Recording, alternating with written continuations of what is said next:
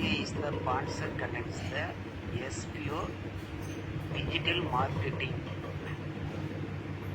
Skip பண்ணாதீங்க, பெரிய தப்பு. தினம் 300 ரூபாய் சம்பாதிக்க அரிய வாய்ப்பு. இன்ஸ்டாகிராம், ஃபேஸ்புக் பயன்படுத்த தெரிந்தால் போதும் content post and content publishing மூலமா தினம் 300 ரூபாய் சம்பாதிக்கலாம். இந்த வேலை செய்ய 5 நிமிடம் போதும். Work training support, group communication support, all language customer live chat support, முக்கியமா சொந்தமா ஒரு பிசினஸ் ஸ்டார்ட் பண்ற அளவுக்கு உங்களால கற்றுக்கொள்ளவும் முடியும், சம்பாதிக்கவும் முடியும். இந்த வேலை வாய்ப்பு வழங்குவது 5 வருடத்திற்கு மேல ரன் ஆகிட்டு இருக்க நம்ம தமிழ்நாட்டு company school of business organisation private limited. மேலும் விவரங்களுக்கு டிஸ்கிரிப்ஷன்ல கொடுத்திருக்க நம்பருக்கு வாட்ஸ்அப் பண்ணு.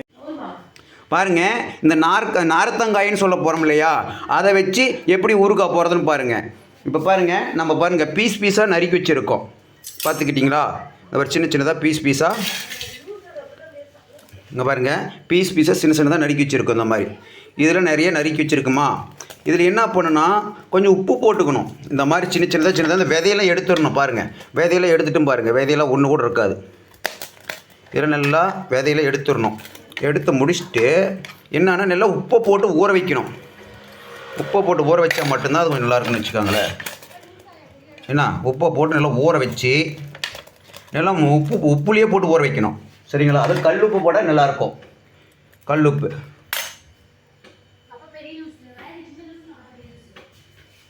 பாருங்க, கல் உப்பு போடணுங்க. கல் உப்பு போட்டிங்கன்னா கொஞ்சம் டேஸ்ட்டாக இருக்குன்னு வச்சுக்கோவே. நாங்களாம் வாரத்தில் நம்ம மரம் இருந்தால் இது வந்து உடம்புக்கு நல்லது. நார்த்தங்காயின்னு சொல்ல போகிறது உடம்புக்கு நல்லது. அப்படி போட்டுவிட்டு சத்தப்படும் பாருங்கள், உப்பு கொட்டியிருக்கு பாருங்கள்.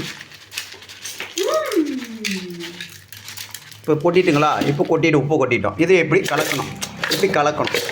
கலக்கி ஒரு 2-3 நாளைக்கு ஊறினா சரியாக போயிருங்க. ஊறணும். இதுக்கு வந்து நம்ம என்ன ஊறி நம்ம என்ன பண்ணுங்க, நெல்லெண்ணெய் கொஞ்சம் வாங்கிக்கணும்.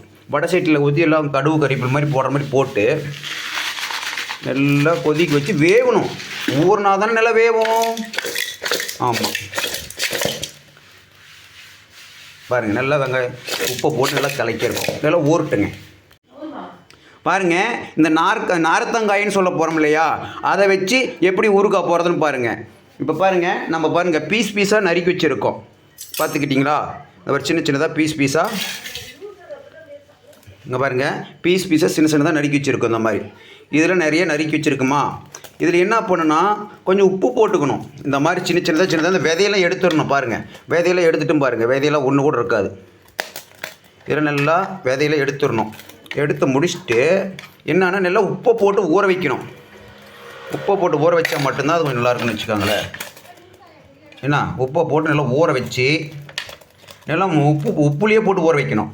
சரிங்களா? அது கல் உப்பு போட்டால் நல்லாயிருக்கும். கல் உப்பு